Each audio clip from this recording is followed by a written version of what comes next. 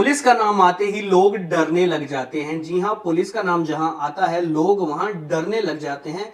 लेकिन कुछ लोग ऐसे भी होते हैं जो पुलिस को ही दो चार बातें सुना देते हैं। जी हाँ, पुलिस को ही दो चार बातें सुना देते हैं। लेकिन आखिर ऐसा वो लोग क्यों करते हैं?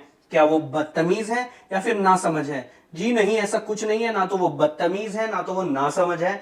ऐसा इसलिए वो करते हैं क्योंकि उनको उनके अधिकार यानी कि राइट्स मालूम होते हैं कि किस प्रकार पुलिस वाले से बात करनी चाहिए। और पुलिस वाले को जब दिखता है कि सामने वाला बंदा जो है वो नॉलेजेबल है, उसको नॉलेज है, तो वो भी अपनी पावर की गलत इस्तेमाल नहीं करता है। जी हां, नमस्कार, आप देख रहे हैं पॉलिटिकल पंचायत और आज हम बात करेंगे आपके राइट्स के बारे में। और जब पुलिस आपको बुलाती है, गिरफ्तार करती है, तो आपके अधिकार क्या होते हैं? उससे नतीजा ये निकलेगा कि पुलिस आपको सही तरह से ट्रीट करेगी और बदतमीजी करने से डरेगी और 100 बार सोचेगी ये तो मेरी नौकरी पर ही बात आ जाएगी। चलिए शुरू करते हैं शुरू से। सबसे पहला जो अधिकार होता है वो होता है शिकायत करने का। लेकिन मानकर चलिए आप खुद एफआईआर करने जाते हैं, लेकिन आपको पता चलता है कि आपके खिलाफ पहले से ही एफआईआर हो चुकी है, तो उसके बाद आप क्या करेंगे? तो आप उस समय क्रॉस एफआईआर कर सकते हैं। जी हां, क्रॉस एफआईआर आप कर सकते हैं। और अगर जो अधिकारी है वो क्रॉस एफआईआर करने से मना कर देता है, तो आप जो उसकी शिकायत है वो उसके सुपीरियर या फिर थाने के जो एसएचओ हैं उससे जाकर कर सकते हैं और वो जो शिकायत होगी वो लिखनी अनिवार्य होगी। अगले बात करें तो पुलिस स्टेशन में मारपीट नहीं की जा सकती। सेक्शन 46 सीआरपीसी के तहत पुलिस स्टेशन में मारपीट नहीं की जा सकती। हां, लेकिन पुलिस स्टेशन में आपकी जो चेकिंग है वो हो सकती है, लेकिन मारपीट करने का जो अधिकार है वो पुलिस वाले को नहीं है। और जब भी आप मजिस्ट्रेट के सामने पेश होंगे तो आप इस बात को रख सकते हैं कि आपके साथ मारपीट हुई है। तीसरा जो अधिकार है वो है पुलिस स्टेशन बुलाने का कारण बताना आवश्यक होगा। सेक्शन 50 सीआरपीसी के तहत पुलिस स्टेशन में बुलाने का कारण आवश्यक है। यानी कि मानकर चलिए आप पुलिस स्टेशन जाते हैं और आपको बैठा लिया जाता है, लेकिन बस आपसे सवाल पर सवाल पूछे जाते हैं, लेकिन आपको यही नहीं बताया जाता कि आपको क्यों बुलाया है, किसने एफआईआर की है, क्या मामला है, क्या ऑफेंस है। इसके बाद आप क्रिस्टल एंड क्लियर ये कह सकते हैं कि सेक्शन 50 सीआरपीसी के तहत आपको पूरा अधिकार है कि आपको स्टेशन बुलाने का कारण और एफआईआर किसने की है उसकी जानकारी भी आप जरूर दें। अगला जो अधिकार है वो है 24 घंटे से अधिक हिरासत में रखने का अधिकार नहीं है। जी हां, पुलिस स्टेशन मानकर चलिए आप जाते हैं सुबह और आपको बैठा लिया जाता है और दस्तावेजों में शाम तक दिखाई जाती है कि आपको शाम को जो है वो गिरफ्तार आपको शाम को किया गया है। तब आप क्या करेंगे? तब जब आप मजिस्ट्रेट के सामने पेश होंगे तब आपको ये बात रखनी पड़ेगी कि मैं जज साहब सुबह को आया था और मुझे शाम को गिरफ्तारी की गई, जिसके बाद अगले दिन आपके सामने मुझे पेश किया गया है। जी हां, आपका ये बहुत बड़ा अधिकार होता है जो कि सेक्शन 57 सीआरपीसी के तहत आता है, जिसका मतलब 24 घंटे से अधिक हिरासत में रखने का अधिकार पुलिस वाले को नहीं है। अगला जो अधिकार है वो 24 घंटे के भीतर मजिस्ट्रेट को रिपोर्ट देना अनिवार्य होगा, जो कि सेक्शन 56 सीआरपीसी के तहत आता है।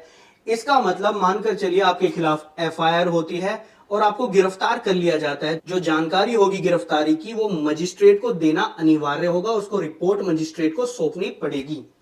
अब बात करते हैं भोजन और स्वास्थ्य संबंधी अधिकार, मतलब food and health. Food and health यहां पर राइट है आपका, सेक्शन 55 ए सीआरपीसी के तहत आता है। इसका मतलब अगर आपको गिरफ्तार किया जाता है तो ये पुलिस वाले की ड्यूटी हो जाती है कि आपको सही खाना दे और आपकी सिक्योरिटी का ध्यान भी वही रखे। बात करें आपके अगले अधिकार जो कि सेक्शन 53 सीआरपीसी में आता है, इसका मतलब चिकित्सा सुविधा का अधिकार। जी हां, आपके पास पूरा राइट होगा कि आपका जो मेडिकल है, मेडिकल करवाने के बाद ही आपको मजिस्ट्रेट के सामने पेश किया जाए। मेडिकल के बिना मजिस्ट्रेट के सामने पेश नहीं किया जा सकता। यह पुलिस वाले की ड्यूटी होगी कि आपका मेडिकल करवाए, उसके बाद ही मजिस्ट्रेट के सामने आपको पेश करे। अगला जो अधिकार है वो है हथकड़ी। जी हां, हथकड़ी आपको तभी लगाई जा सकती है जब या तो आपने सीरियस क्राइम किया हो या फिर कोर्ट के द्वारा, जी हां, कोर्ट के द्वारा जो है वो आदेश दिए गए हो कि हां ये जो आरोपी है वो जो आरोप है उसका सिद्ध हो चुका है, उसको सजा दे दी गई है, तब ही आपको हथकड़ी लगाने का प्रावधान है। लेकिन बिना सजा पाने के बाद या फिर सीरियस क्राइम की जो एलिगेशन है वो ना लगने के बाद भी हथकड़ी लगाई नहीं जा सकती।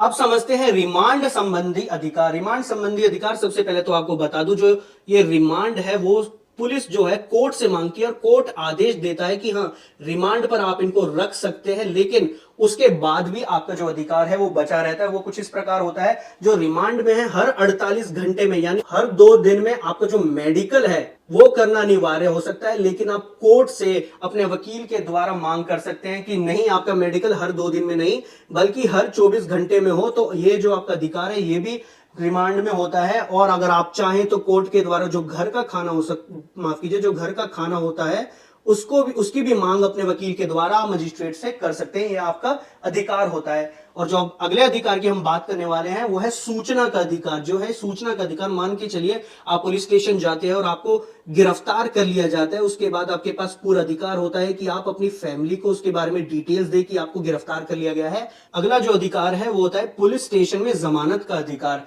जरूरी नहीं कि कोर्ट में ही जाकर आपको जमानत दी जाए।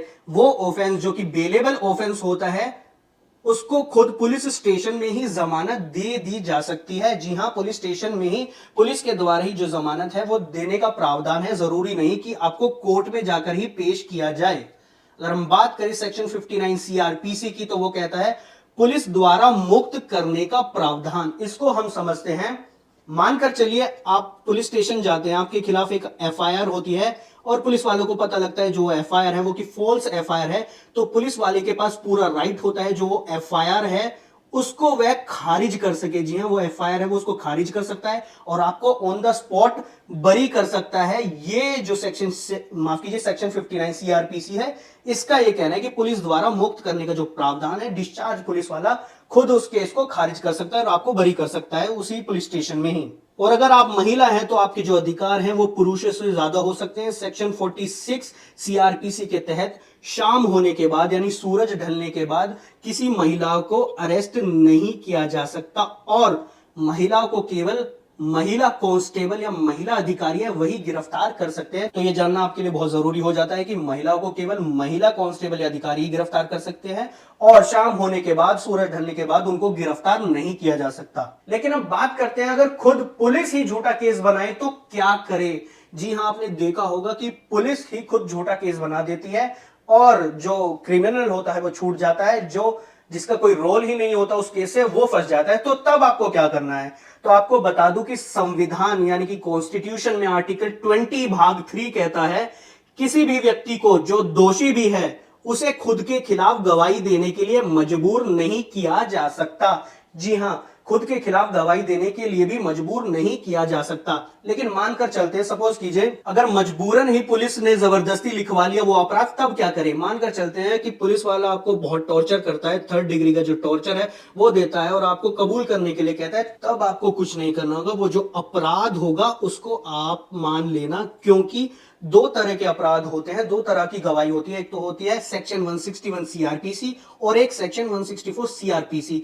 जो सेक्शन 161 सीआरपीसी होती है उसकी गवाही पुलिस स्टेशन में होती है, वो भी रिटर्न। जी हां, आपको कुछ नहीं करना। मान के चलिए पुलिस वाला आपको मारता है, पीटता है और वो कहता है आपने चोरी की है, मानिए, तो आप चुपचाप मान लेना और रिटर्न में दे देना, क्योंकि वो आता है सेक्शन 161 सीआरपीसी के तहत, जो कि कोर्ट में मानी ही नहीं जाती। जी हां, कोर्ट में जो वो है वो गवाही मानी ही नहीं जाती, वो एडवाइजेबल नहीं होती। जो असली गवाही होती है वो मजिस्ट्रेट के सामने होती है, जो कि होती है सेक्शन 164 सीआरपीसी के तहत, जो कि असली गवाही होती है जो मजिस्ट्रेट के सामने होती है। जो 161 सीआरपीसी के तहत जो गवाही होती है वो कोर्ट में एडविजिबल ही नहीं होती। तो आप मजिस्ट्रेट के सामने कह सकते हैं कि मुझको टॉर्चर किया गया है और मेरे से जबरदस्ती लिखवाया गया है कि मैंने चोरी या फिर ये अपराध किया है। तो आपको ये वीडियो कैसी लगी अपनी राय कमेंट सेक्शन में जरूर दे। लेकिन एक सवाल, जो जज, जो मजिस्ट्रेट आपके अधिकारों को बचाने का काम करता है, अगर वही भ्रष्टाचारी निकले तो उसको सजा आखिर कौन देता है। आपके लेफ्ट साइड में एक वीडियो दिख रही होगी, आप उसको क्लिक कीजिए और जानिए कि जज भ्रष्टाचार करे तो सजा कौन देता है और क्या कार्रवाई जज के ऊपर की जाती है।